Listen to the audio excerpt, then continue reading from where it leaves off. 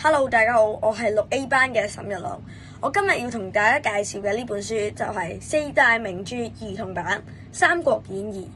咁《三國演義》嘅原著就係羅貫中。咁呢本兒童版嘅出版社就係呢個精英出版社。咁呢本書咧係幾精美嘅啲插圖，咁俾大家睇下。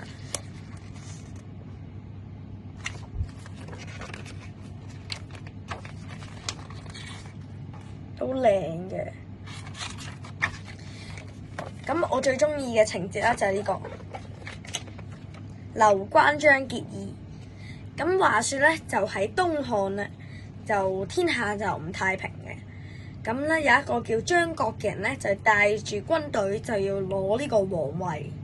咁皇帝咧就好焦急啦，佢咧就喺大街小巷嗰度就貼滿告示，就話邊個可以打敗張角咧，就可以成為高官，得到好多嘅賞賜。咁好多人都咧去試啊。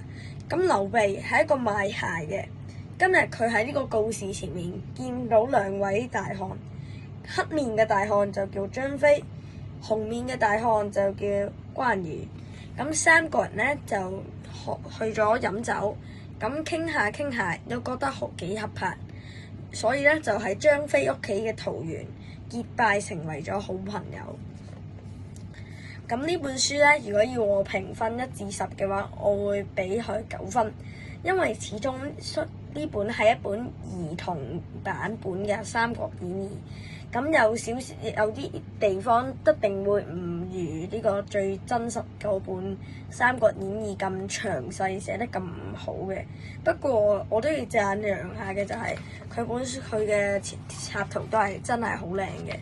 咁今日呢個就係我嘅介紹，多謝大家。